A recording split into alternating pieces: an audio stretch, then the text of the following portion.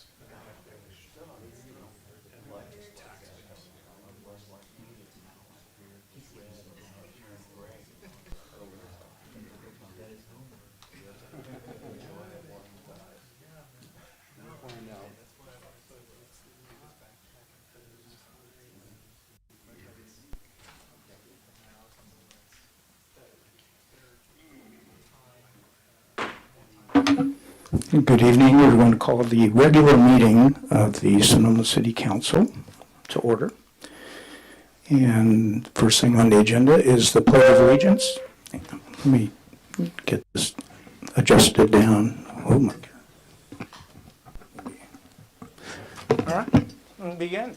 I pledge allegiance to the flag of the United States of America and to the republic for which it stands, one nation under God, indivisible, with liberty and justice for all.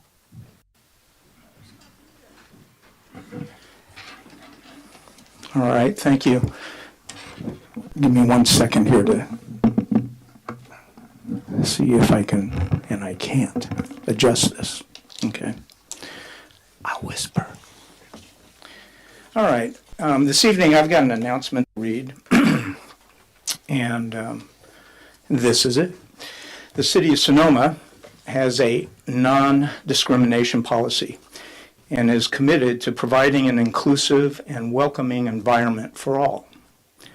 The City of Sonoma does not tolerate hate speech. We denounce hate speech in all its forms, and we embrace and celebrate the rights of all individuals in our community to be who they are in terms of their sexuality, gender, religious orientation, and beliefs, and any and all other protected classifications under the law.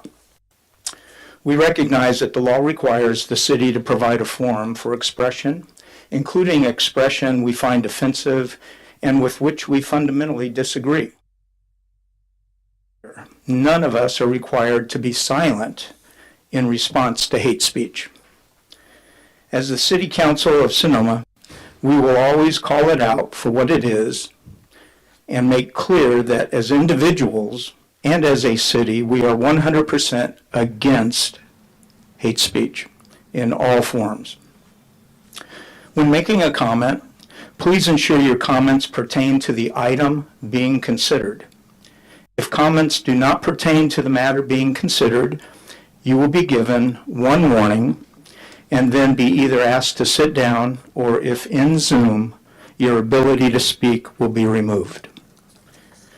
During general public comment, all comments must be relevant to the city, and any type of hate speech is not relevant and will be immediately shut down.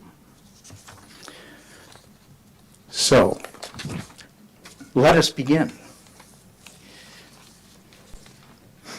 Roll call, please. Councilmember Farrar-Rivas. Present. Councilmember Wellander. Here. Vice Mayor Gurney. Here. Thank you, and we can let the record show that Mayor Lowe and Councilmember Ding are absent this evening. All right, thank you. And there is no report on closed session because there was not one. And we will move to approval of the agenda. And I is there any move to discussion? approve the agenda. Oh, Any discussion? I second it.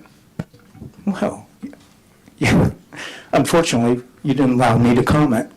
So if I may, I would like to move agenda item number 9, which is titled Comments from the Public. And I would like to move that up to right before number 6, which is the consent calendar. And we had moved it to the end of the agenda, but realized that there may be people here present that would like to do public comment, and so we will receive those comments now, or when we get to the item. And then at the end of the agenda, since it was agendized that way, we will take additional public comments, particularly in case somebody zoomed in thinking it was going to be at the end of the agenda. Any questions? So with that change, Someone did have a question. yeah, Fred. No, we're not at public comment yet. Did you have a question? Yeah, is that a permanent change, or was that just a typo? I don't think it's a permanent change. Okay. And so anyway, with that change, can we approve the agenda? I move to approve the agenda with the change. I second. Please take roll. Councilmember Farrar-Rivas, Yes. Councilmember Wellander, Yes. Vice Mayor Gurney. Yes. Thank you. The motion carries 3002. All right. The next item is council members' reports and comments. Do we have any council members? Yes, we do. Do you want to go first? No, Rob? please. Oh, I feel like I'm in a tennis match. All right.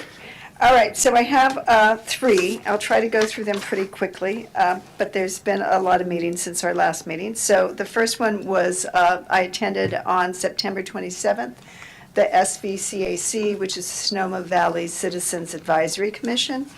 At that meeting, they recommended the approval of the development of the Fremont Ranch Winery, which is at the intersection of 121, which is at Fremont, and Napa Road. And that's a recommendation. This goes to Permit Sonoma for final approval. So, but that was their recommendation to approve. The number of concerns, and they were very, specific about these concerns, and they were significant concerns. And so one was the traffic. That winery, if people know that stop between 121 and Napa Road, is if there's a big event and people are exiting there and having to turn left to head towards Napa, they're concerned about people being able to get across the traffic there. So that's one of the issues. I won't go into too much detail because there was a lot of concerns. They wanted to make sure there was an analysis of the water availability done, a review of the SVCAC guidelines for the number of people that they recommend attend events at wineries. And then they wanted them to look at the concentration of wineries in that agriculturally zoned area. So that was the SVCAC. Upcoming to that meeting, future meetings, if people are interested, there will be at our next meeting, which is the 4th Wednesday of each month, a report from the SCTA RCPA. So that's Sonoma County Transportation Authority, Regional Climate Protection Action Agency. And then also there will be a presentation of the Spring Specific Plan and a presentation of DUCS, which is looking at the Valley's disadvantaged unincorporated communities. And so that's that for the SVCAC. There's we attended a Finance Committee meeting. We had the first Finance Committee meeting for the Finance Committee of this council. And we attended that on the 28th of September. And so it was basically positive news at that meeting. And so what we did is we basically reviewed the budget closeout for the year 2022-23. And the good news about that was that on the bottom line, we ended the year with approximately $3.5 million in surplus funds. I won't go into the specific details. I'm going to give you a few more other things we discussed. But all of this is available on the city site, on the meeting site. So the budget, this document, which is the meeting document, is on that site. The other things that we discussed was the 2023 budget update and a 5-year forecast, the 24-25 budget calendar, the disbursement report, potential new revenue options, and then updates on the cemetery update and the audit status. One other thing in looking at some changes to how assets are being managed, and some other revenue coming up and potential other revenue sources. The $1.1 million deficit that we had for the year 22-23 budget we'll be able to, by the next, I think, in 2 years, we'll be running a budget that we believe will not be in deficit. So that's that. On to the next meeting.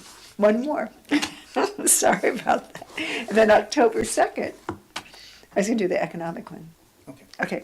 October 2nd, we had the first meeting of the Economic and Business Services Committee, and that is a committee that has been in somewhat hiatus, mostly due to the pandemic. And so the focus of the chambers, and this is a meeting with the chamber, the city council, Chamber of Commerce, and also the head of the board of the Chamber of Commerce. And 2 members from the city council, myself and Vice Mayor Gurney. And most of that, the hiatus was primarily due to the pandemic, but really the role of the chamber is to gather people together to network and talk about how to help grow and strengthen or support businesses if there's any crisis or anything happen, but mostly to help businesses support and grow. And the goal is there for the chamber and the city to collaborate and to look at bigger issues of revenue issues or economic issues that may face businesses in Sonoma. One of the things that we will be doing is we'll be meeting quarterly, but the other thing is the committee, we will also be visiting certain sectors of the city of Sonoma, so that we can visit businesses at their site. Of course, they'll be alerted ahead of time. It's not like a drop-in audit. It's just to go in and visit businesses and talk to them and just find out what they're doing and how they're doing. That's my report. Thank you. Mr. Wellander. Well, I can't match that of 3, but I can give you an update on 1. I had the opportunity to participate again on Zoom for the Continuum of Care Board of Directors for the Sonoma County, which is the board that deals with the homelessness issue. I can tell you that with each meeting, it continues to remind me how complex it is and how politically charged it is, and the fact that we are a very small fish in a fairly large fishbowl. I am happy to say that we are currently supporting both the Haas Little Village as well as the SOS in terms of food. And the topic continues to be around the distribution of monies available current and anticipating the future.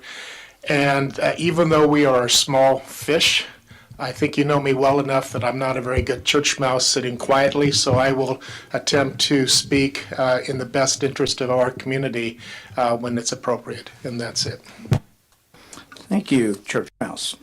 I had a couple of opportunities to participate in some meetings.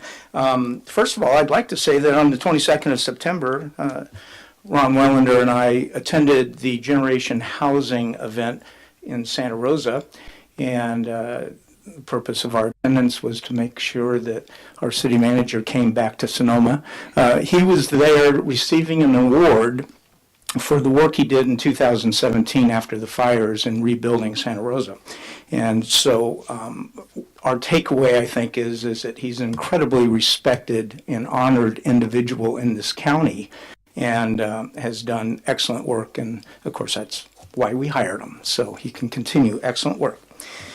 And then from there, I also joined in on the Finance Committee meeting, and it was optimistically great, personally, I thought, and some good news to come forth in other staff reports.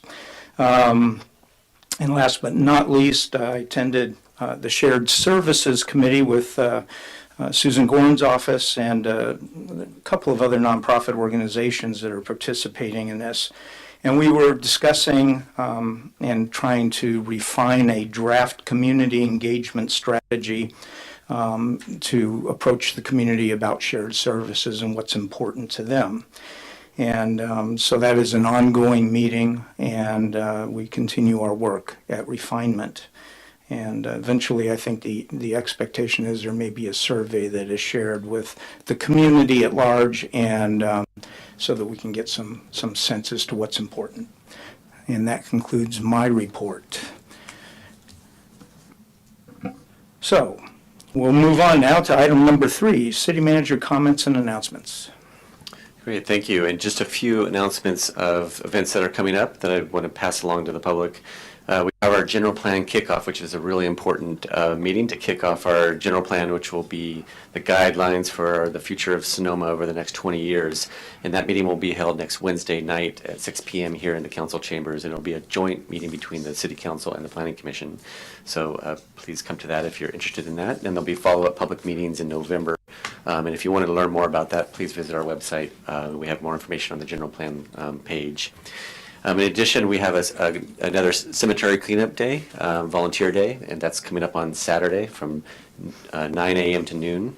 And that'll be up at the Mountain Cemetery. So if you're interested in joining us, we'll be out there cleaning up some debris, doing maybe some painting of graffiti, and trying to clean up the area. So come join us. And then on tomorrow, actually, the Sonoma Art Walk starts, so we're excited about that from 5 to 7:30. It's the first Thursday of every month, and you can come downtown and visit tasting rooms and see art and visit some of the open businesses. So looking forward to seeing that start back up this year. So those are a few updates for you. That's all I've got. Thank you. And now we'll move on to City Attorney comments. I have no report this evening. Thank you. You're welcome.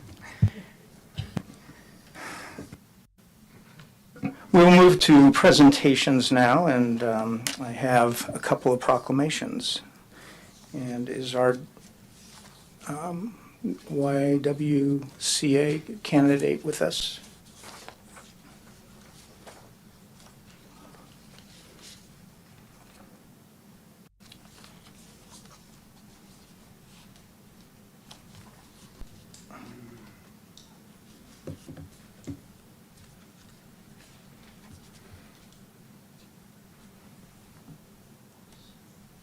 She's on, John, or Vice Mayor Gurney. She's with us. Do we have a name? I'm here. She's, There we go. Jacqueline Chu Montel. All right. Jacqueline, good evening. Can you hear me? I can, thank you. Can you hear me? Lovely, absolutely. Thank you. So we have a proclamation, and rather than read the whereases and how fors and there ares, and what I noticed as I read the proclamation was that the YWCA has been around for a very long time, since 1975. And this proclamation for the audience is regarding domestic violence. And this is actually Domestic Violence Week, month? What is it? Month.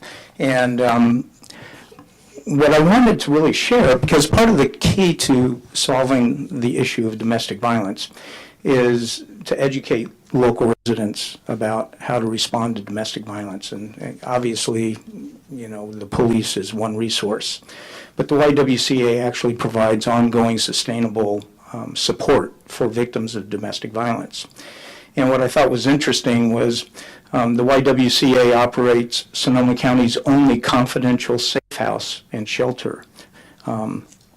They operate the only 24/7 domestic violence crisis line. And the YWCA's counseling and support services offers trauma-informed individual and support group therapy for victims of trauma and domestic violence, including the students at the YWCA's therapeutic preschool, serving one of our most vulnerable populations, children's ages 3 to 5. And because of this work, we are honored to provide you with a proclamation declaring October as Domestic Violence Awareness Month. And I look forward to the day when we don't have to award this proclamation. But there you are.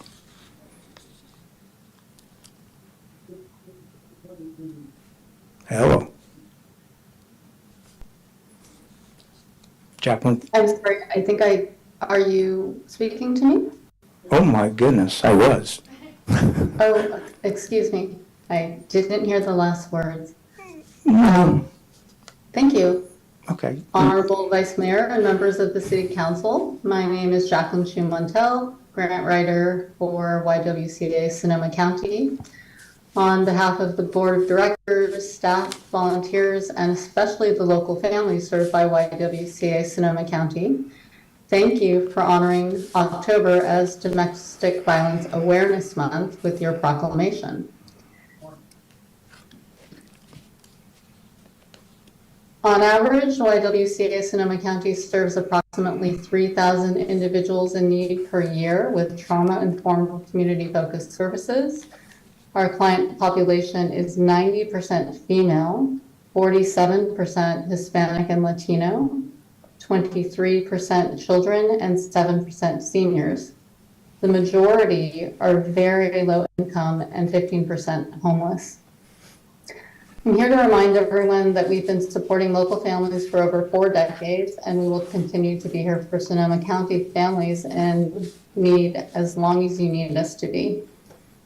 And on Saturday, October 28th, we'll be hosting our 3rd annual Why I Run, Fun Run and Walk. We're asking members of our community to register and raise funds for YWCA's programs and enjoy a beautiful afternoon with the YWCA at Spring Lake in Santa Rosa.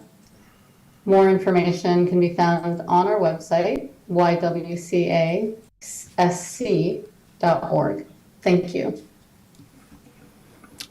Jacqueline, thank you very much. And we have a lovely proclamation that we will get to your office, suitable for framing, and we look forward to working with you in the future. Much appreciated. All right, thank you. All right, the next presentation is a proclamation. And this proclamation is proclaiming October 8th through the 14th as Fire Prevention Week in the city of Sonoma. And as you know, fire is part of our legacy now, and a very serious topic. And fortunately, we are served by a very professional and dedicated fire service. And we want to recognize them and at the same time help promote their work by again urging our community to be prepared, and everything from smoke alarms to fire extinguishers. And I'll bet if you were to call the fire department, they might even come out and do a little courtesy walkthrough with you to see if you are fire safe. And so with that in mind, I would like to call up our fire representatives.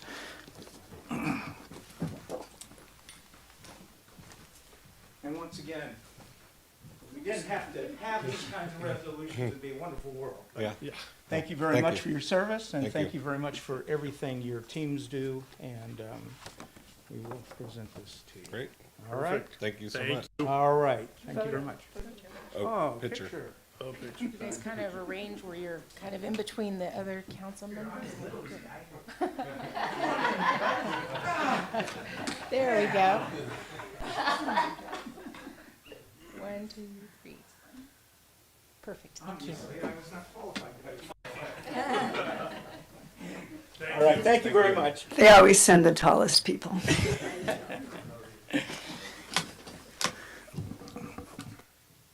All right, here we go. Now we're going to come to the agenda item for public comment. And I think it's only fair that Fred get first shot at this because he was so anxious earlier. Well, thank you, John. My name is Fred Allebuck. I live on 8th Street East. And one thing I'm curious about was if this was just a typo to put the comments at the end, or whether that was something that the city had planned to do. If it was planned, then I would suggest that that's a bad idea, because a lot of people do come and they want to do public comments and not sit through a long meeting to be able to get to it. So if it was put at the end, that would really chill public comment. So I would suggest keeping it where it has been. And then also for the cemetery work day, I got an email update that there was going to be leaf raking and stuff, but this is the first time I heard that there might be some painting. And I'm a house painter, and I can paint. And so if the city would like to use me for that, if there's a hose bib nearby, I could pressure wash that area. If it's the one that's by the Overlook Trail, I could do pressure wash it on Friday and then help paint it up on Saturday. So I don't know if Mike is in charge of that, but I would love to paint that graffiti. Thank you, Fred. Anybody else for public comments at this time? Hearing none, then we will move into deeper into the agenda. The first item will be the consent calendar, item numbered number 6. And do we have any questions from the council about the consent calendar? Hearing none. Do I have a motion? Public comment Public on comment. I'm sorry? public comment on the consent. Okay. Any comment on on the consent calendar? Public comment on the consent calendar, that's the one I'm looking for. Seeing none. Now I will entertain a motion. I move to accept the consent calendar as noted. Second. Second. There you go. Councilmember Farrar-Rivas, Aye. Councilmember Wellander, Yes. Vice Mayor Gurney. Yes. Thank you. The motion carries 3002.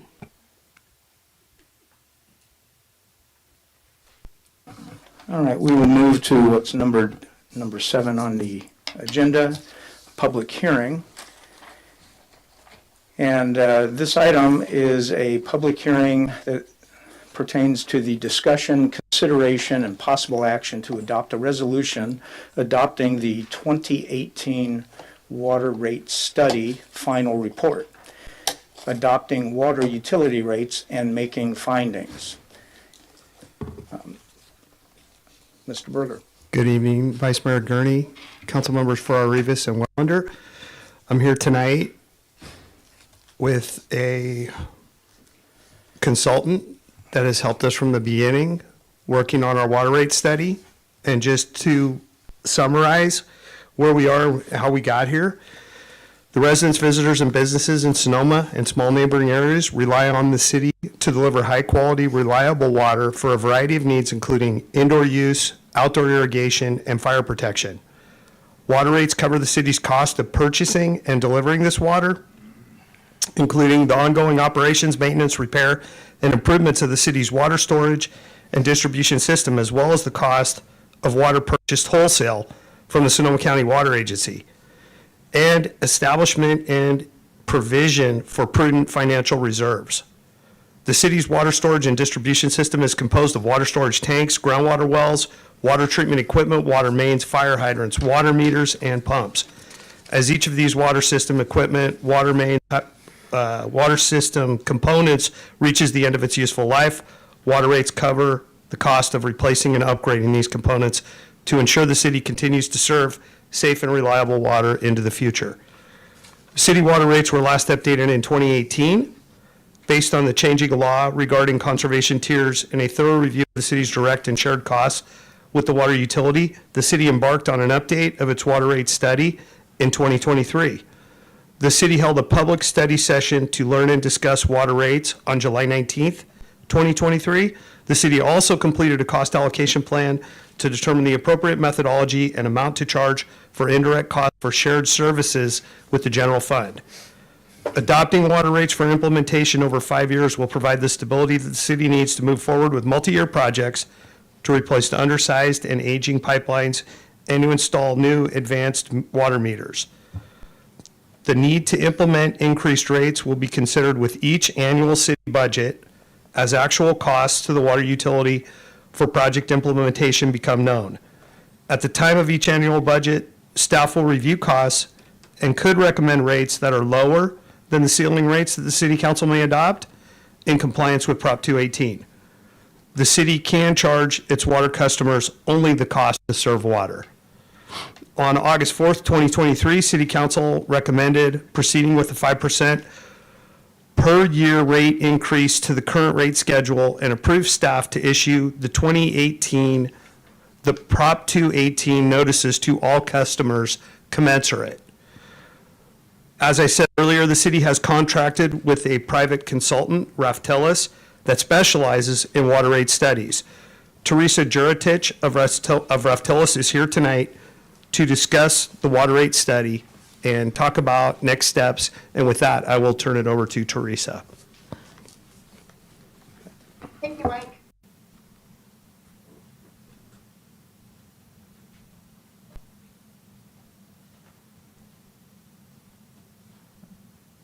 Thank you, Vice Mayor and City Council members for having me back tonight to give you an overview of the rate study process that we've been going through together.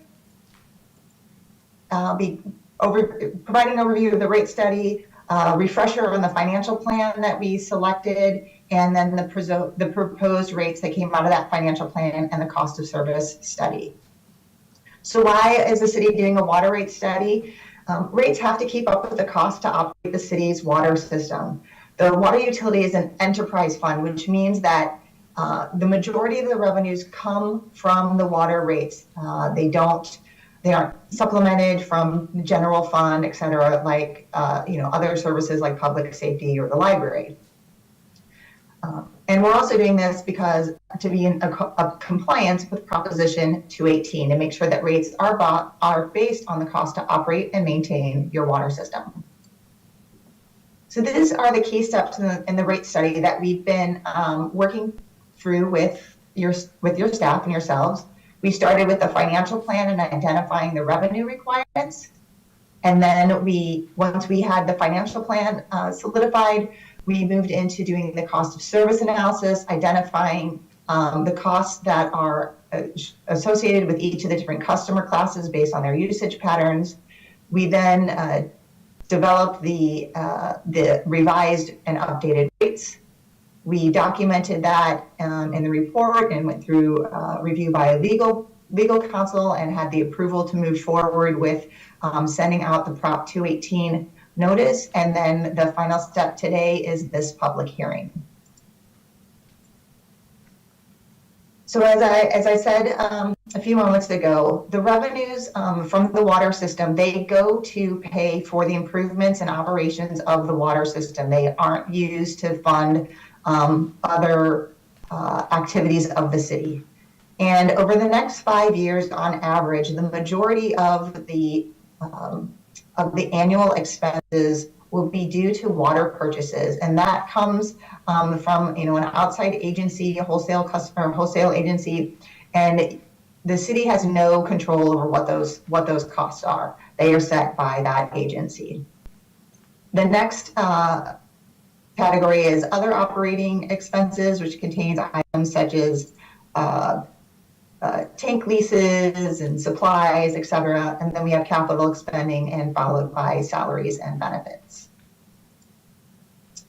So taking the budgets into consideration, planned CIP, et cetera, existing reserve balances, we worked with city staff and yourselves to come up with this proposed financial plan. And it is a series of 5% overall revenue adjustments for the rate setting period.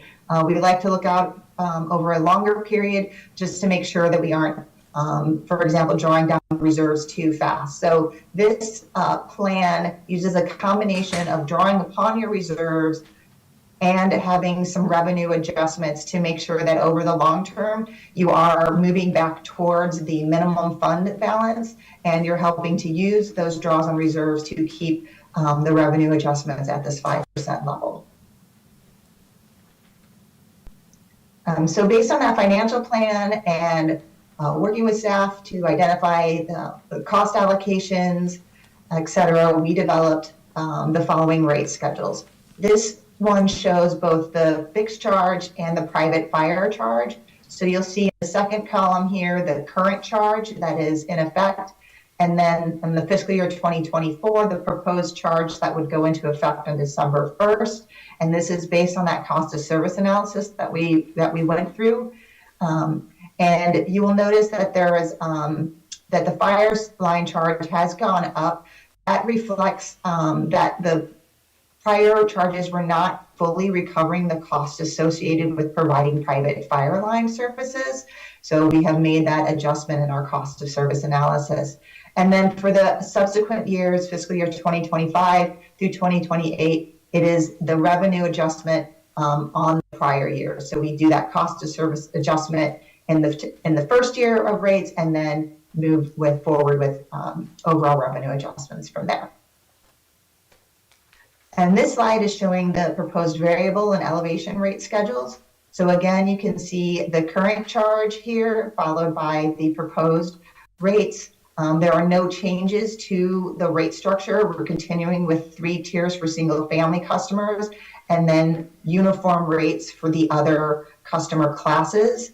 And based on updated cost of service, you'll see that some costs have shifted. Some have stayed about the same. Others have gone down. Some have gone up a little bit. That's just a reflection of where those costs have been falling out through the analysis. And then for the subsequent years, it's again the overall revenue adjustment on the prior year. Similarly, we identify costs associated with supplying costs to the elevated zone 2 customers. And so you can see again there the cost, the current and proposed cost for the zone 2. This is a surcharge in addition to the variable charges in the table at the top of the screen. We also examined drought rates. These are a discretionary rate that can be enacted if any one of these drought stages are declared. Then the city has the option to enact the associated surcharge. And how that works is for whatever fiscal year you would be in, if say there was a stage 1 drought declared and the city chose to apply to enact drought rates, you would apply 6% to the then current base volumetric charges. So this table is showing you an example for fiscal year 2024. So you can see our proposed rates here under the baseline rate. And then if you add for stage 1, 6% of 613 is about 34 cents. For stage 2, 11% would be 67 cents at adder to the $6.13, etc. So that's how that would work. And now this is the bill pack. So this is the bill impacts based on the baseline rates, so no drought rates included in this. And what you're seeing here is for different levels of consumption, so from 2,000 gallons per month up to 9,000 gallons per month for a single family on a 1-inch meter, how the bills would change. So you can see that the average user, single family user, would go up about $1.22 a month on their bill.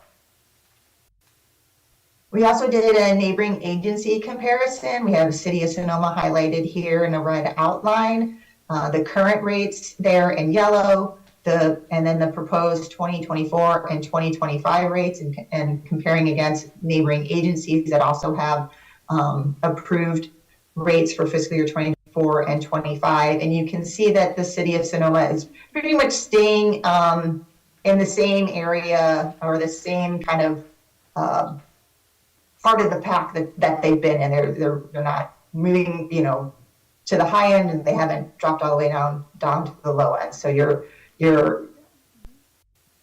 kind of right in the middle of the pack, not making any drastic changes or anything. And that's the summary I had today. Thank you so much for having me. All right. Thank you. We'll bring it to the council. Do you have any questions for staff? I just have one question on the last slide. So do we have an analysis when I look at this, the different cities, or we see, if we can put that slide up again? Sure. Give me just a moment here. Because I don't think I have that here.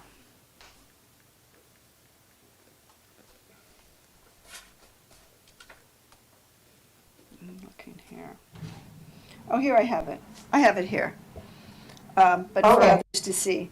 So is, kind of looking at who's in the middle area, it seems like the smaller cities have end up having a higher rate. Is there anything, is there any correlation between population size and water rates, or what is the cause of the differential, say, between a Windsor and Sonoma? I don't know offhand. I don't set their rates, so I haven't gone in and looked at, are their fixed charges higher than Sonoma's fixed charges, or, I don't know if the difference is falling on the fixed charge or on the variable charge. I don't know, and I don't know offhand, and I haven't seen any studies that talk about, population size and impact on what the bill is. I think it's strictly a function of how much they put into a fixed portion of the charge versus the volumetric portion, and from there. Great, thank you.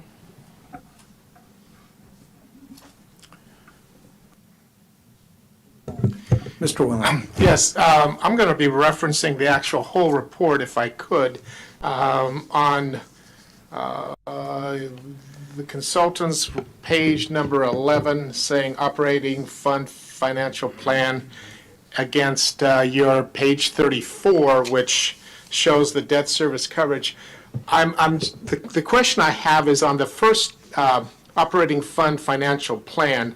There's a graphic that indicates debt service, but there's nothing showing up on those vertical bars that suggests we have any debt service, and yet then going to page 34, it talks about debt service, and so I was just curious, do we have a debt service, and if so, what is it?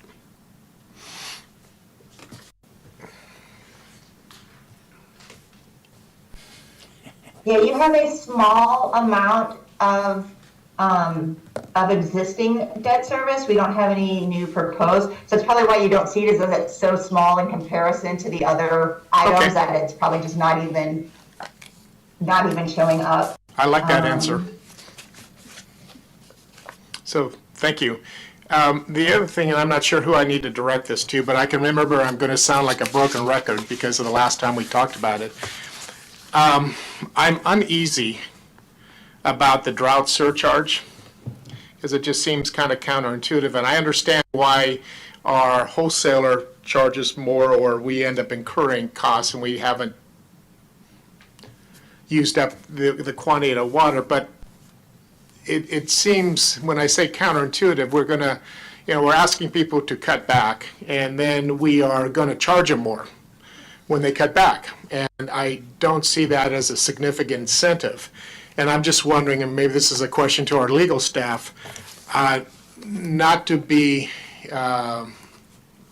non-transparent, but if we're going to have to absorb an additional service charge because of a drought, is there any way we can increase our reserves and have it come out of our reserve rather than coming across to our constituents and saying, oh, yes, please conserve water, but we're going to charge you more? I'll take a shot at that. This is a tool that the council has, so what you're doing tonight is establishing that tool. You don't have to use it, but when a drought does happen, you want to have everything available to you to make a decision. And the way what you just explained will happen is we will look at the reserves. Do we have enough reserves to get through the drought? Because essentially what happens is less water is used. It is counterintuitive, less water is used, but you still have the same pipes, infrastructure in place, so you can put out a fire, deal with keeping the city running. And so there's a cost that's incurred. So if less revenue comes in, that could be very detrimental to the organization and to the city. So what we do is provide that as a tool, but we definitely look at that very, very strongly in terms of do you want to enact it or not, and when. But typically, you look at your reserve levels, you look at what revenue's coming in, and hopefully you can get through that drought without having to go that far. But you need to have that available to you if you want to make that decision.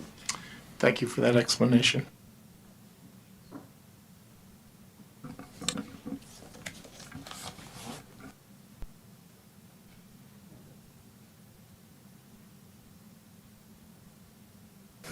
All right, this is at the point where we can receive public comments, and we'll review. Don't look at me like that. Thank you.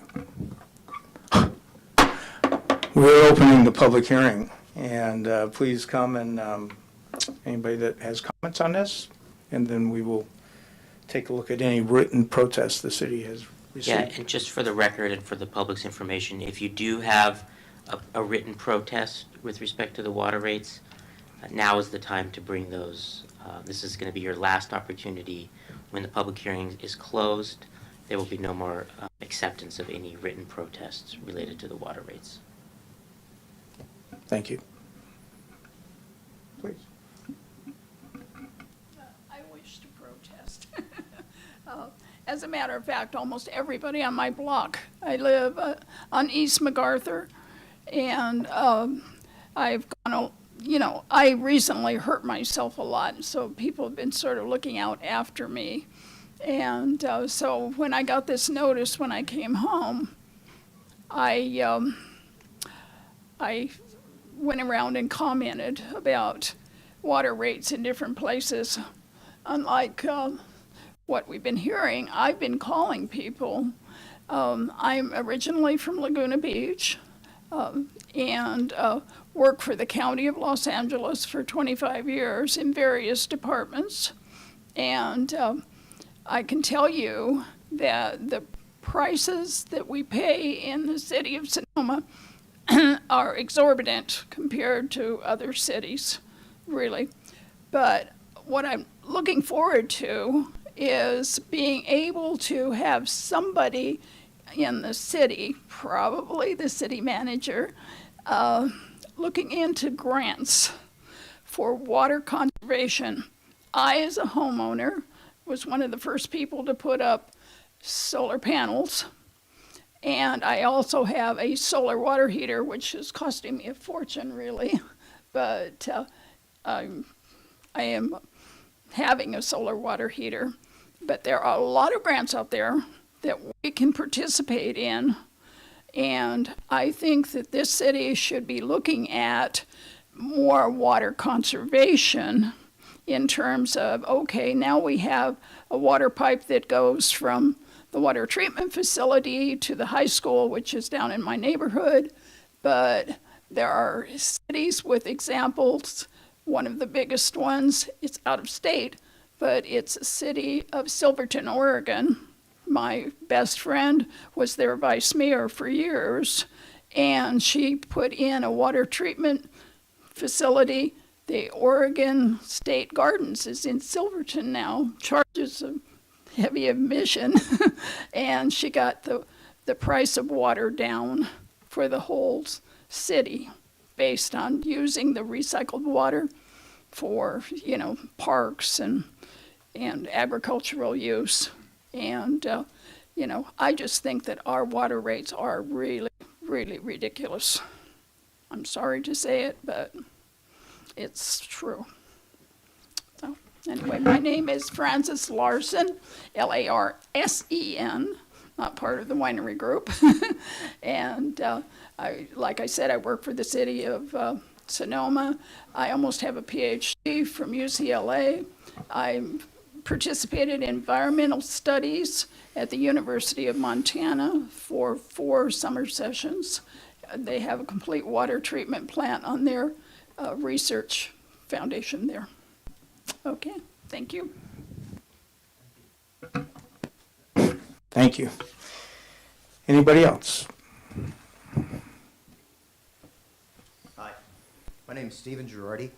I live on Brockman Lane in Sonoma.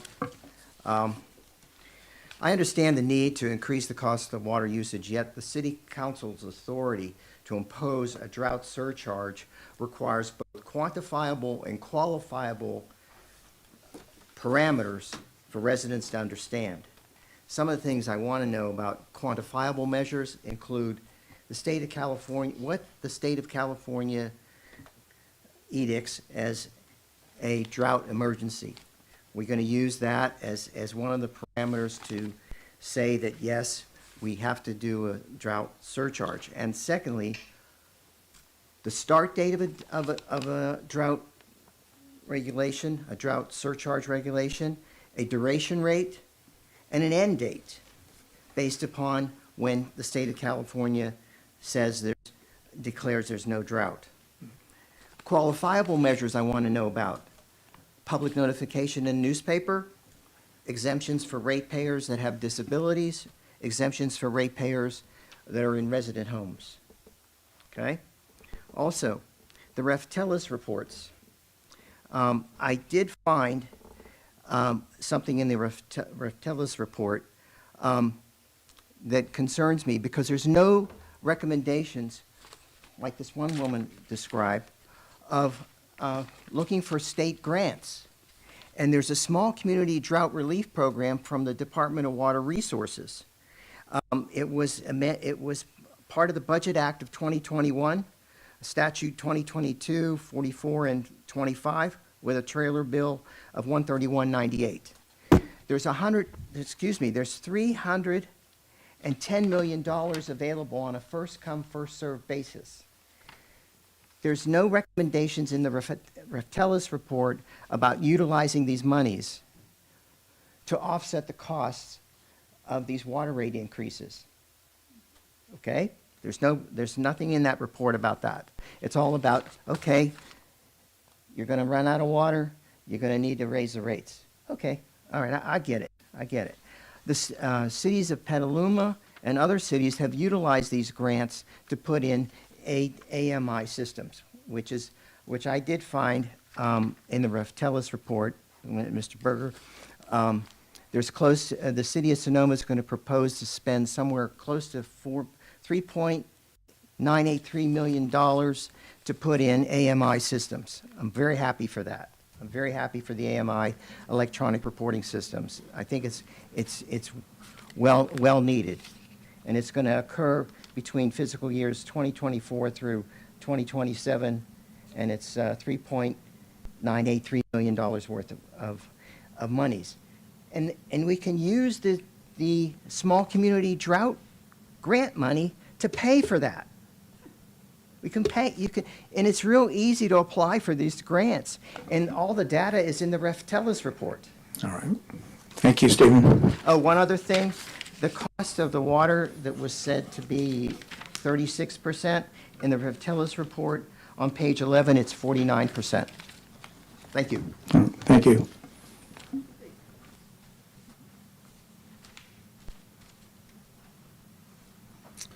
Hi, Fred Allebach, 8th Street East again. I have not studied this report in detail, so I can't really comment on the figures. But I do know that in California, water should cost a lot, and particularly in our basin, the water's coming from another river drainage. So you have a whole aqueduct system and pipeline system to have to pay for, to get the water over here. And as I recall, watching reports on per capita use in Sonoma, Sonoma is consistently among the highest per capita users of water in the county, of county cities. And so, I think that Sonomans could conserve more, and they could, maybe the city has some kind of stick to make them conserve more and not use as much water, particularly since the water's coming in on an aqueduct system, just like to LA with the Owens River and the Colorado River. We're just a mini version of that same type of Western water situation. So in our situation, and we have groundwater issues in this basin too, so if there's a drought, which I think there should be drought penalties and drought funding, or drought rates, that, let's see, I lost my train of thought. But I think that it's justified to be, kind of severe on the water here because California has got serious water problems over the whole state. And if you have a city that has a very high per capita water use rate, the first thing to do is to cut back that use. And so you see a lot of, if you take Google Earth and you look at Sonoma, there's a lot of swimming pools, there's a lot of green lawns and things. And so those things could be encouraged to come out. But I just thought I would give my 2 cents on the drought rate, which I think is justified, and I think higher rates are justified in California, particularly for a city that has among the highest per capita use rates in the county. Thank you. Anybody else for the public hearing?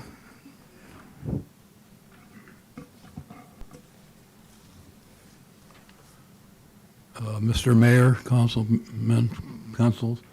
I live on West MacArthur Street, and between Broadway and Fifth Street, probably 70% of the population there are senior citizens. That's the way it is. No, there are just old folks live there. I'm one of them. And reading this notice that I got, about the water rates going up, looks like you want to raise it 8.3% per year for the next 5 years. And I do know the way government works, just like a lot of places, if you can get it, you'll do it. So if you approve raising the rate 8.7% per year, and they're going to take it for the next 5 years, then my water will go up 48%. My Social Security is not going to go up 48%. I guarantee you that. Along with, the cost of food now and everything else is going through the roof. Now here comes the water.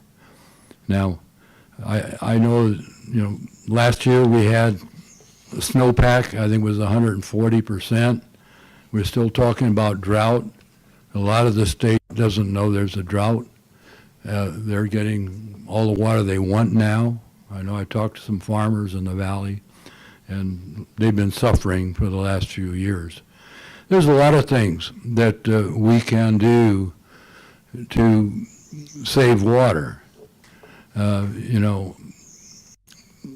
few years back, the environmental group here in Sonoma got a grant for $250,000 and did a marvelous planting program on Friar Creek.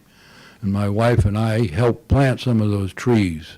And along came the drought, and along came the city and disconnected all the water, and all those plants and things died. That I'd say is rather poor planning, okay? Now, why did that creek runs all the time? The beaver dam is there now. There's an abundance of water if the water company let the beaver do his job, okay? And why the heck didn't we get that water out of that creek to water all those plants and save the people of Sonoma $250,000? I think a little better management will help solve our problems, not just raising the bill, because where the hell are we going to get the money to pay all of this? Senior citizens are not in short supply here in Sonoma. Thank you. Sir, could I get your name? Sir? I'm sorry. My name is Bill Botief, Botief. Thank you, Bill. And I live in West MacArthur. All right, thank you.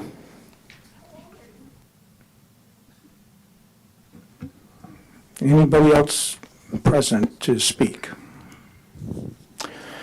How are we doing on Zoom?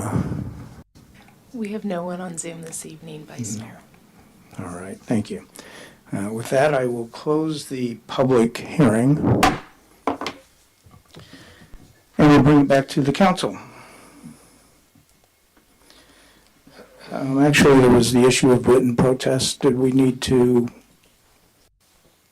We don't need to do a recess, Vice Okay. Mayor. If you would like, I can give you that information now. We received a total of 33 qualified protest letters, so it did not meet the threshold. All right, thank you. 33. I don't know the exact threshold, but we have approximately 4,200 accounts, and to meet the threshold, it would have been 50% plus one. So, Okay, 50,000 protest letters. all right. Thank you. Let's move it back to council discussion. Well, I'll begin. Oh, you go first. Well, thank you. And this is probably for staff. Do we have anything in place for hardship considerations? There's currently no hardship built into this rate that we have.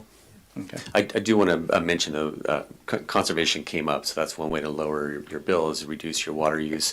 The city of Sonoma does partner with the other cities. There's a program called Sonoma Marin Water Saving Partnerships, a long name. But on that website, you can go in and put your city where you live, and it'll give you all the rebates and funding opportunities for you for things like rainwater harvesting and other ways to reduce your water use. So that's available to you as well. Okay. Would it be possible to get that in our newsletter or have it posted? Absolutely. Thank you. Patricia? Oh, And I'd just like to comment real quickly on that we have pursued a grant for our AMI system, and we've got it. We've been working on that for a couple of years, and we are integrating that into our budget. Okay. Well, now it's integrated into the budget. Is it integrated into the study? Yes. Yeah, the costs that Raftellus has used, take all that into consideration. Okay, thank you. Yeah, so I just wanted to recognize everybody that came up and spoke, and recognizing that, it's something that the need for grants, the rate hikes are certainly for some people are more difficult to handle than for other people. I think that all of those things of looking at, continuing to look for grants, also looking at our water systems, I think something that Councilperson Wellander recommended before is also, are we testing our water usage of all the city pipes that are, to make sure that things are not leaking, so that we're actually looking at the city water usage and managing that well. And certainly really appreciate that, yes, even, in times of drought, we still need our trees because they actually do support, carbon sequestration, and they actually do help keep water and moisture in the air. So making sure we're not losing our trees is really important. Although I will say that I really tend to agree with Mr. Albach and his, in the situation that we are in with water, I definitely understand that the cost of water needs to be higher, and really actually agree with that. But we should be, as a council, looking at all of these other remedies of grants. What are the different ways that if we can have, some water support for people that are low income, all of those other opportunities, so that we're addressing the issue and looking at the sectors of population so that we're trying to adjust those rates as possible for the, people that need that. Thank you. Ron? Yeah. Well, I too want to just reiterate, if there's any opportunities to look for grants, I know they take time to write, but I think that would be something worth exploring. I also would like to, at some later date, at least bring up the topic about how we may be able to carve out a hardship fund that we could use at our discretion as far as doing some supplemental support.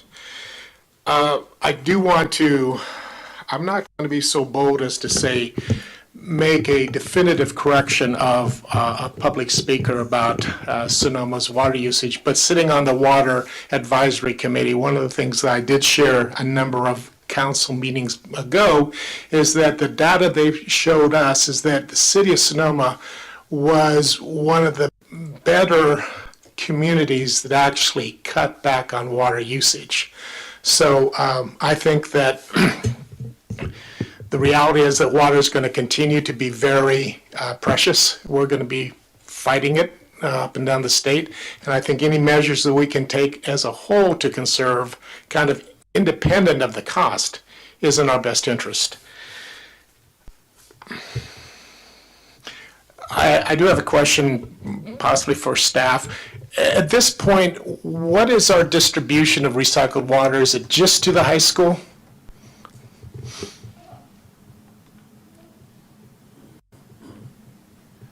Mike Brett, engineering technician with Public Works. Yes, that is correct. The recycled water pipe from the SVCSD treatment plant currently delivers water only to the high school property. And in terms of our forecasted capital improvement projects, has any consideration been given to the idea of tapping into that resource in some discriminating ways, maybe to water the plaza, to go to any of our public parks, or is that something that is not practical?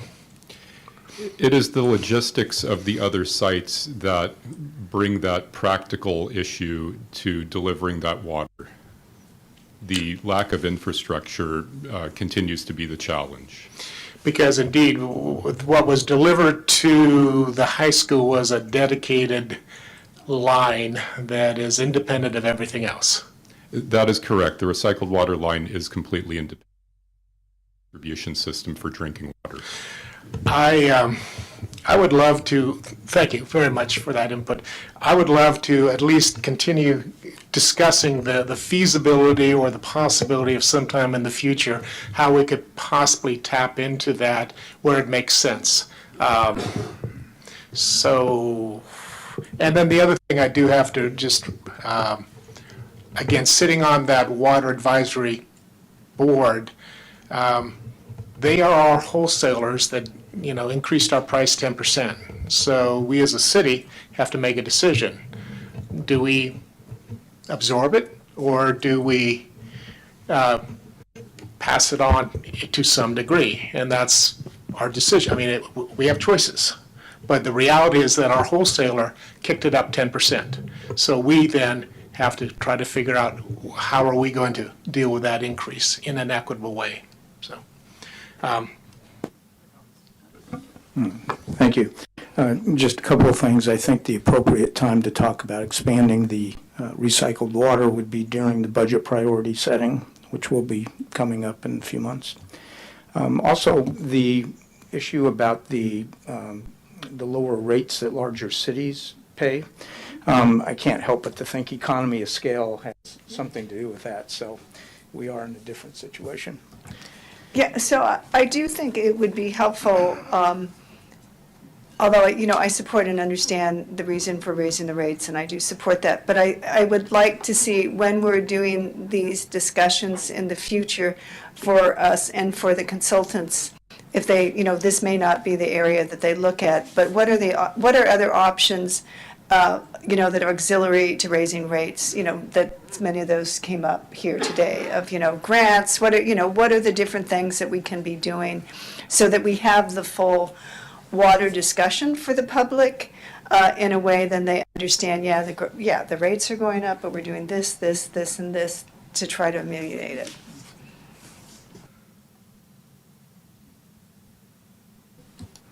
Without hearing any other comments, do we have, go.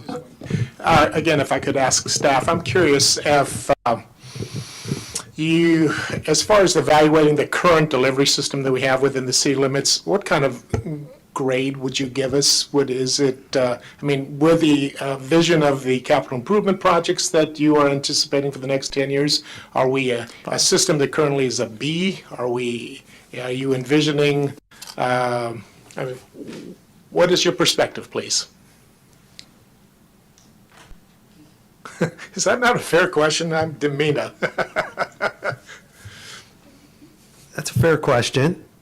I don't know about 10 years, but we look at we look at our projects 5 years ahead.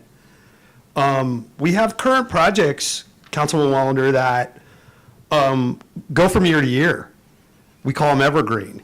And we are continuously looking at areas to go prior to utility companies going in and paving the street, to complete all the water work that has to get done under that street, so we don't have to go in after and tear out the new paving. And then we're also looking for projects that we can do on older lines. And one of the things I'm going to be advocating over the next 5 years is really embarking on our asset management system, because that is going to be the end game in being able to properly plan all of our projects.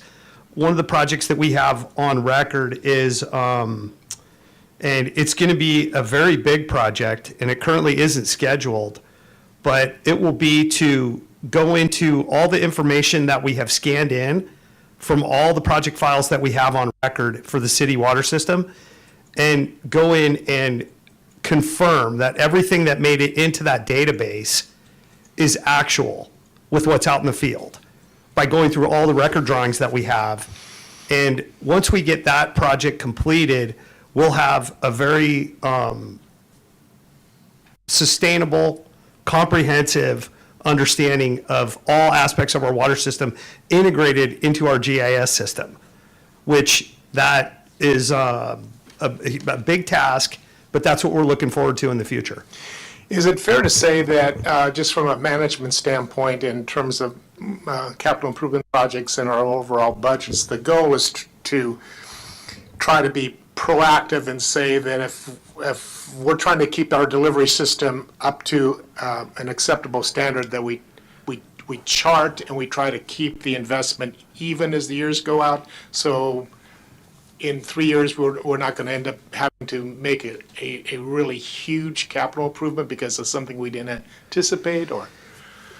Definitely. Long-term budget forecasting, we're constantly looking, examining that.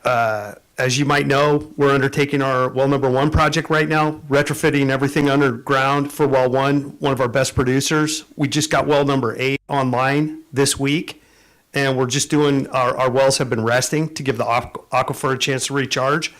But we're always looking for future projects. We have some in the books. A lot of them are in the budget and referenced in our multi-year CIP. Great. Thank you. You're welcome.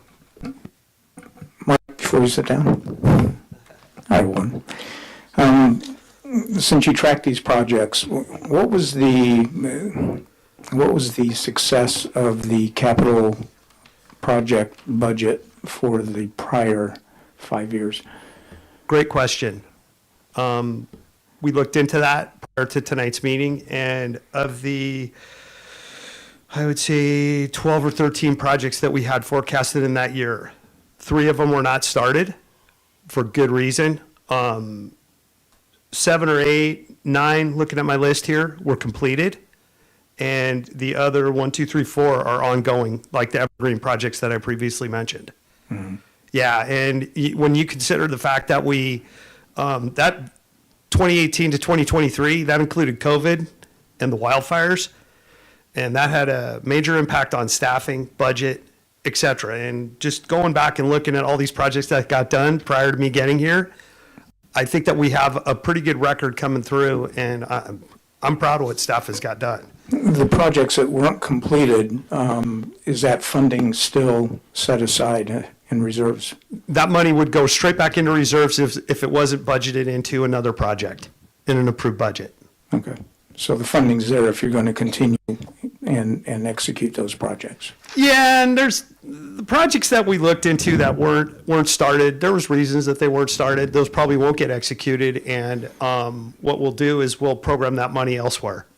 Like Well One project, that money was, that project was not in the plan from 2018 to 2023. However, we took a look at the facility. The facility needed upgrading. We put it into our CAP program, irregardless that it wasn't in the 18 to 23 program, and put together design plan specs, put it out the door, and it's being constructed. Okay, thank you. You got it.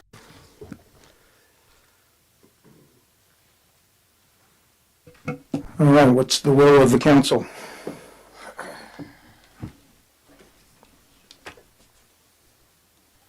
Well, I think that we have a fairly comprehensive report that reflects a big picture. And I believe I'm in a position where I would make a recommendation to adopt the report as presented, but with the caveat that, again, recognizing the critical nature of water, that we just as a small town, a small city, continue to take every measure we can to conserve water, use water wisely, and then, and that's kind of my rambling. Was that a motion? If you cut the rambling out. Councilmember Wellander, just for the record, that was a motion to approve the resolution that adopts the water rates as well as accepts the report. Correct. Okay, thank you. I'll second that. And making the CEQA findings correct. Okay, we have a second by, Sorry, CEQA was not part of it. I was just reading what was on the staff report recommended. There is a provision that's listed in the resolution that relates to the CEQA. Please include CEQA. And I second it. is that sufficient for the motion, or would you like it? That is sufficient. All right. Roll. Councilmember Farrar-Rivas. Aye. Councilmember Wellander. Yes. Vice Mayor Gurney. Yes. Thank you. The motion carries 3002.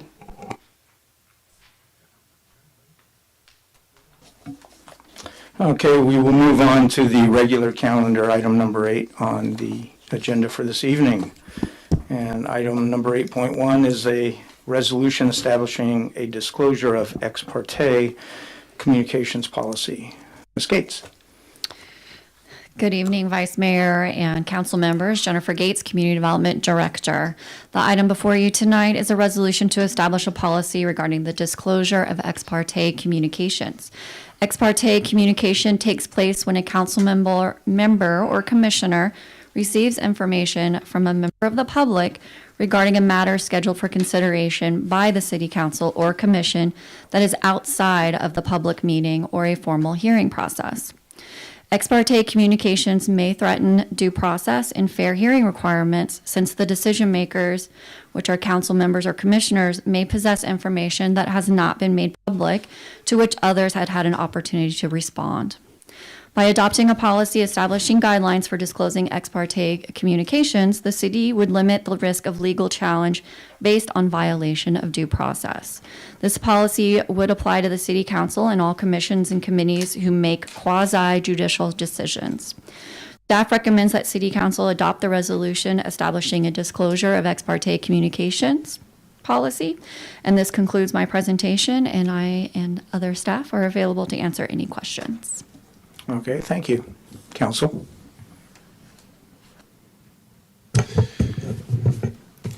Yes, I do have a few questions, because I think this implicates me, not in a bad way, but I'm not shy about going out and meeting people, talking to people, and wanting to find out about information about particular projects. I go to a site, I look at a site.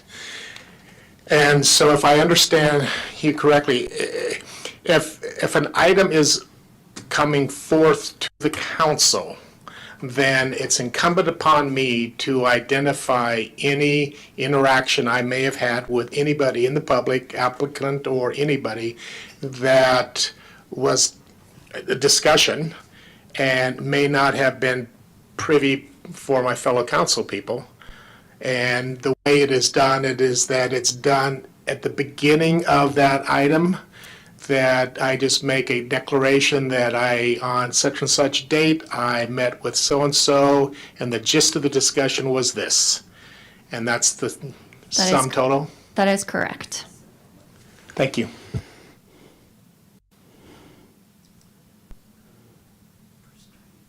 I'm clear, I just think I'm going to need a log, so. start It's not working on quite the as structure of my log. expansive. I don't think it's quite as expansive as Councilmember Wellander suggested. If you look at what the definitions of an interested person are, the communications with those individuals that raise ex parte communication concerns. So it's the applicant. It's someone who's appealing, right? You're obviously, as council, are not probably going to hear any of these quasi-judicial items unless they're appealed. So there will be an appellant, a civic organization that takes positions on particular projects. Those are the types of communications that are intended to influence your decision with respect to a quasi-judicial item that comes before you. Quasi-judicial items are obviously things like permits, variances. It's not about, a new ordinance that we're adopting that's going to apply to everybody. So it is a little bit more restricted. In that theme, could you then just look at the Exhibit A, because it says interested person means, and it goes on the expression, who has made a formal appearance. I would love some clarity on that. Well, I think they mean an appearance, formally appearing before a city body to speak one way or another with respect to a project. Or maybe they've filed an application, or they've filed an appeal. Those are formal submittals to the city with respect to a project. But at the time of our interaction, we may or may not know that that individual is going to file an appeal or a motion, whatever. That's correct. So will we be guilty as charged when we, again, don't know? If you learn later that the person that you spoke to actually was an interested person, it would comply with the policy to disclose that communication. Thank you. But if you're just talking to some random person at the farmer's market who's never come to a council meeting and who never does and who has no interest as far as they're not investors or something, that's not an ex parte communication. It's about site visits to the locations as well as these communications. Thank you. Any comments from the public?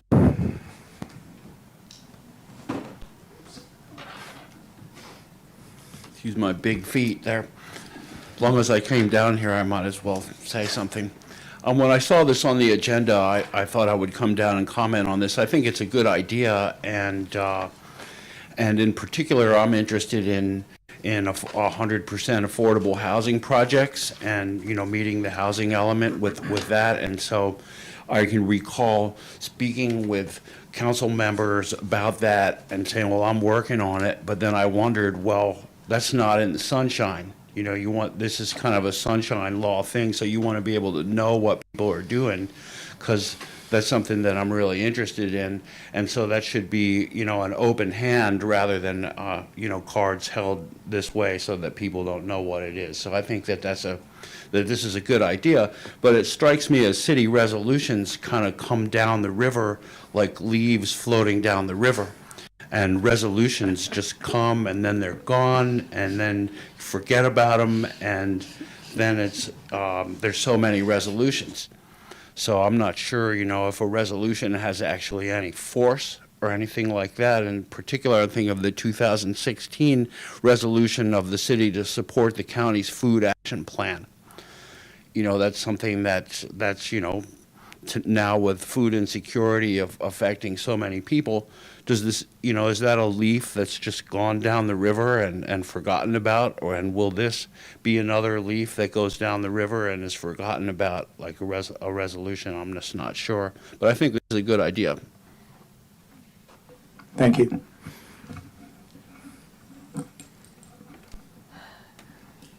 Carol Campbell, 307 West Spain Street. Thank you for that clarification. This is Sonoma. And unlike that parking issue, last city council, no matter where I was on the street, in a store, there was a lot of discussion amongst us that live here. So that means then that I still can go talk to my friends, my neighbors, council members I know, and make my own view made. Thank you. I wouldn't want to be cut back. All right, thank you. Anybody else? Seeing none, we'll come back to the council. Mr. Wellander. I'd like, if our legal counsel can give me a little bit more definition on, under Exhibit A, on the second page, C, where it says, after closure of the hearing on a matter and prior to final decision, council members and commissioners shall refrain from any ex parte communications with interested persons pertaining to the matter. Please give me an example of such.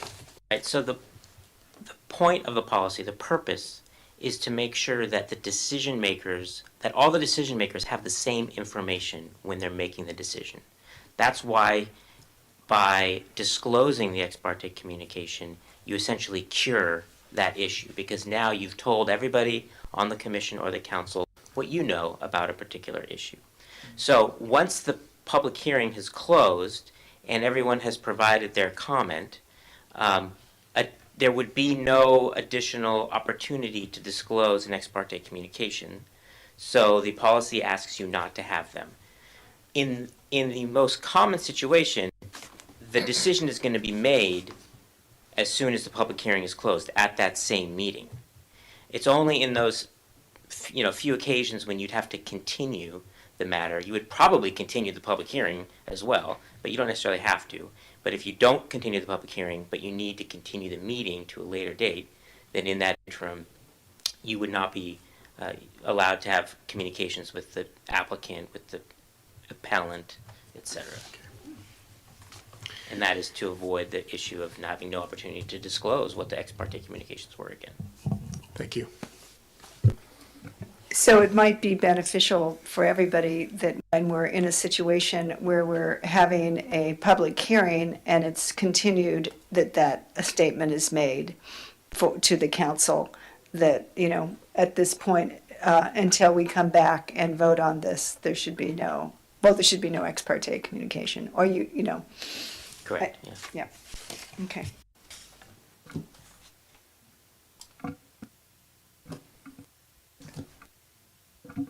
I will entertain a motion if anybody would like to make one. I will move to accept the ex parte resolution, ex parte communication resolution. Second. Roll call, please. Councilmember Farrar-Rivas? Aye. Councilmember Wellander? Yes. Vice Mayor Gurney? Yes. Thank you. The motion carries 3002. All right, we will move on to item 8.2. This is the fiscal year 23-24 Planning Commission Annual Work Plan. Ms. Gates.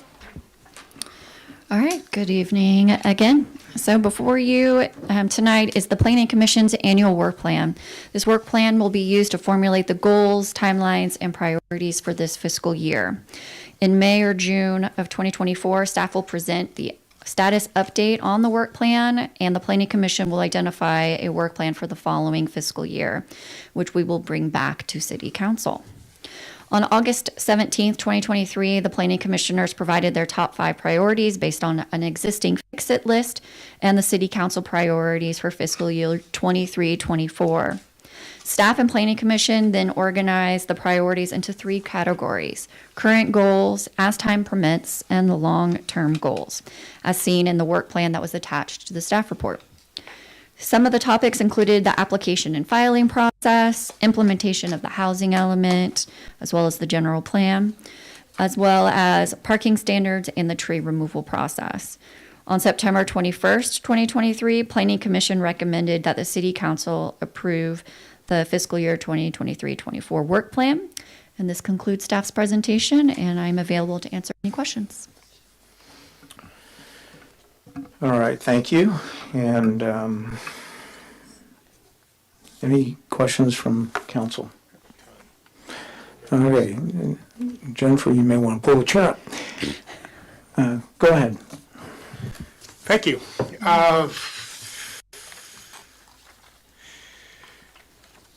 On the summary report under the various highlighted items, under affordable housing and housing, it has noted that incentives for affordable housing. I would like to suggest that there be clarity on that, because this does not include what I call the missing middle. And there's a lot of confusion out there between affordable housing as a general whole and what I call affordable housing, capital A. So what I would like to do is not limit our focus just on incentives for affordable housing, capital A, but I'm still a very strong advocate of somehow coming up with a process by which we at some point might be able to get some missing middle housing. So that's one. Under the application and filing process, I love this. This is very dear to my heart. And one of the things I would like to suggest that we can add to that is I think it's incredibly important that we have transparency of what I call status, progress, etc. And that's, I think, reasonable.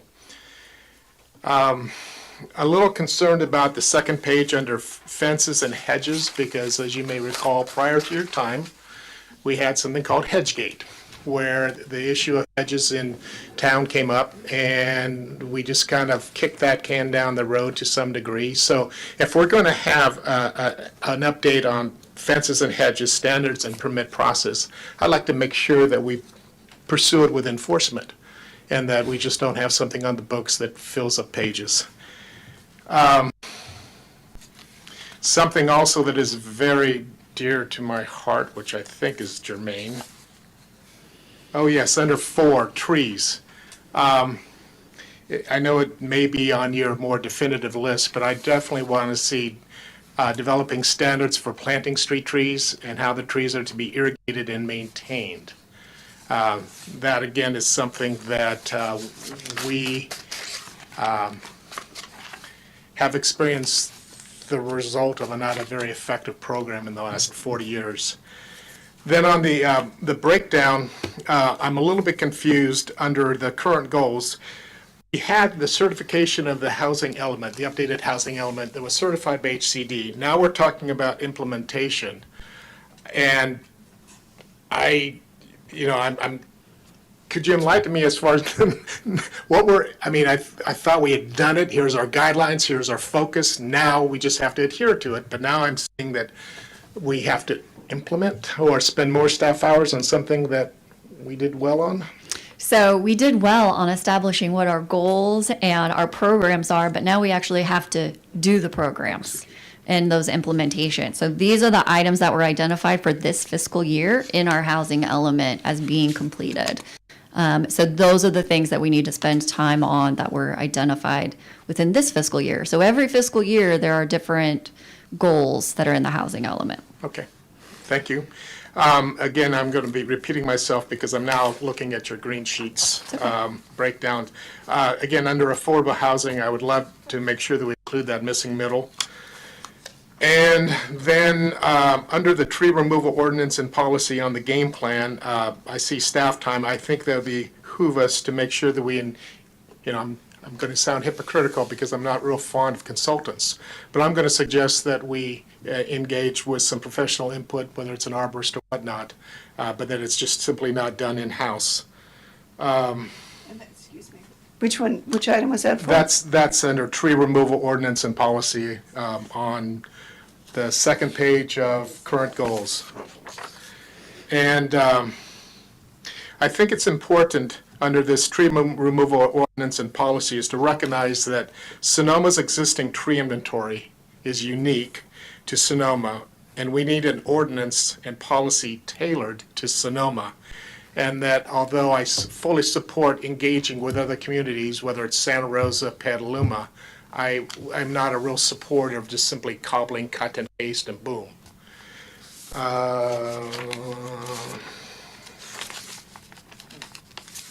I think that's it. Thank you. Yeah, I am wondering if we can, because I always hear people talk about the missing missing middle and big A affordable housing. I mean, in my mind, when I hear affordable, and I could be wrong, I think of that those are both included in that same statement.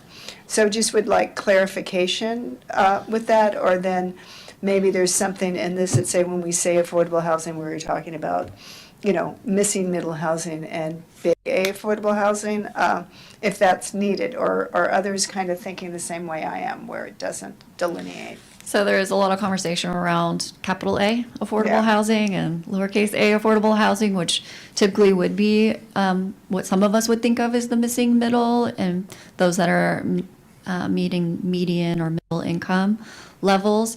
Capital A affordable housing is moderate and below technically, and is regulated and deed restricted. Missing middle is not typically thought of as the deed restricted. It's more about types of housing and providing that variety that allows for a variety of income levels in that zone. And so this language reflects that correctly. So if I'm looking at affordable housing on the second page of where we see the affordable housing, the graphs, not the graphs, but because it says incentives for affordable small A housing, which would include both.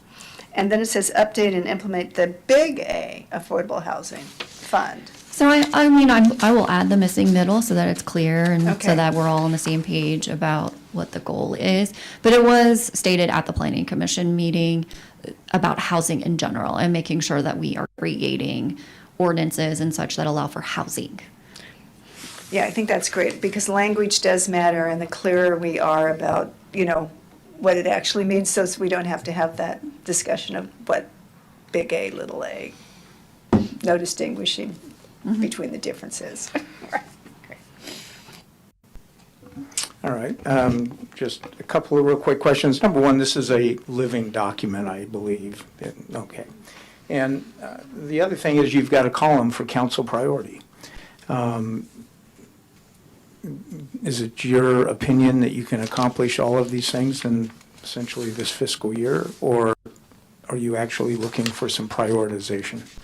So council priority means that you guys have already identified in fiscal year 23-24 that these are priorities to you, or that the general concept is a priority. And so I stated that it falls within your priorities that you've already had. The items, our goal is to finish a lot of these. Some of them will be carried over into the next fiscal year. This is why we'll do a status report and an update where we are with certain ones and then what would need to carry over into the future. So according to Planning Commission, they're all priority, right? So we're going to try to create ad hoc committees and help, focus on the ones that are current goals, and then fill in as time allows for some of these smaller fixes. All right, thank you.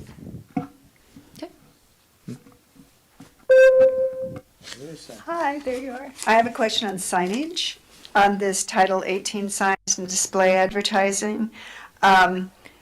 Within that study and looking at signs, are we going to be looking at the wayfinding signs as part of that, or not? No, this is only for signs that are being used in our public right-of-way or on our businesses. Okay. All right. I'll just add that wayfinding would fall in a different effort, not under the planning department, or I'm sorry, planning commission's purview. Okay, great. Wayfinding. Thank you. All right, now I think thank you. We'll open it to the public for comment. Mr. Albeck. Go for a hat trick here.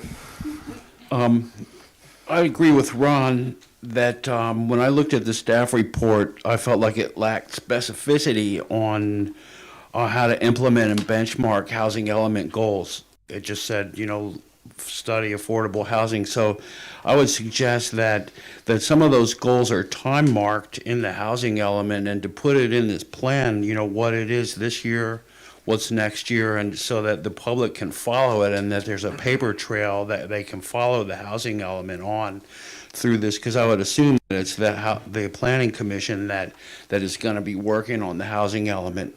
So I'd like to see the plan be more specifically synced to the housing element and the committed to times that the housing element has there, and maybe have some reference to what's coming next year, and so that the public can follow all of that, particularly affirmatively furthering fair housing, and where if that's this year. So, and then I also agree with the missing middle. There's confusion of whether that's an AMI level, whether it's a building type. And then also you can throw in affordable by design. There's like a new project that came out in the newspaper the other day about that they're going to be affordable by design. But in the SB 9 process, the Planning Commission said that affordable by design wasn't possible in Sonoma because there was too many amenity migrants and they would just jack up the price, and that small square footage places go for way over market rate. So it seems like that affordable by design and missing middle is kind of a weasel word territory for housing, and that it has to be pegged to an AMI level. And like Jennifer said, that you know, it is deed restricted all the way up to, I think, 120% AMI. So that's, you know, fairly decent income that would be deed restricted at the upper end of that. So anyway, I'd like to see if you're going to use the weasel words like missing middle and affordable by design, I'd like to see them pegged to a price point and not just kind of leave them floating out there like, well, who are they aimed at?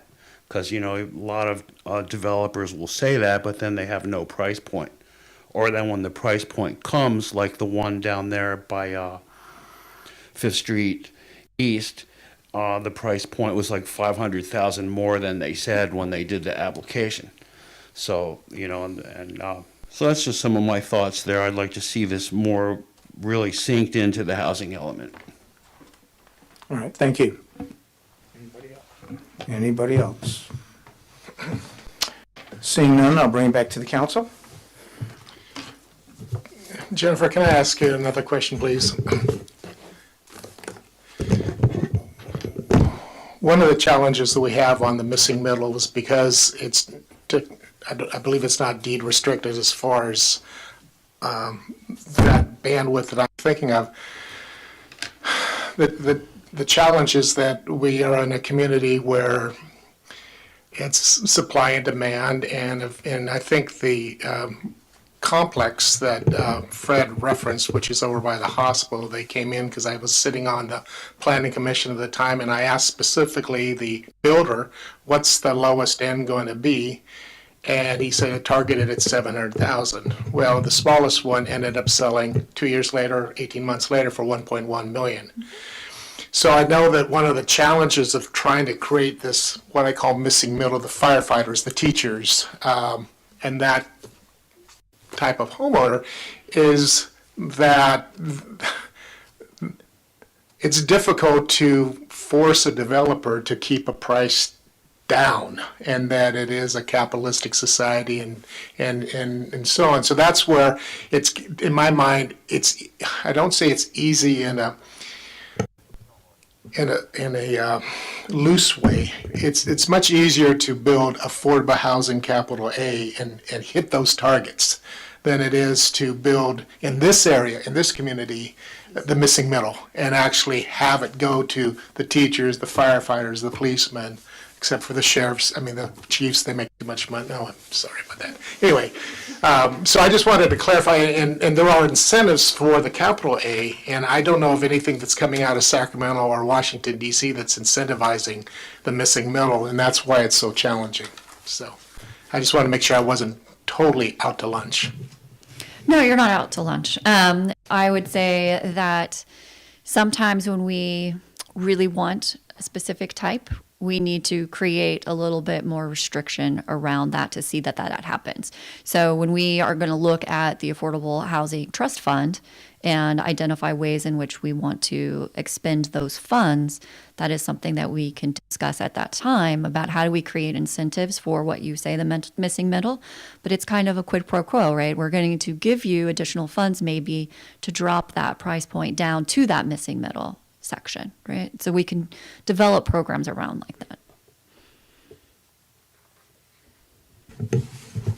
Yeah, I think that the important thing is, and I know that, you know, people change, positions change, you know, the council changes, but I think that the intent here is truly to address the two specific issues of the middle missing, or I think of it, I like to call it workforce housing. So, because I think that that helps people see what that is. It's really workforce housing, which encompasses a large portion of the population of the valley, right? So vast majority of the valley is workforce housing or people that would need big A affordable housing. So that we're committed to addressing that issue. And we are still in a position where we don't have all the tools necessary to be able to do that appropriately.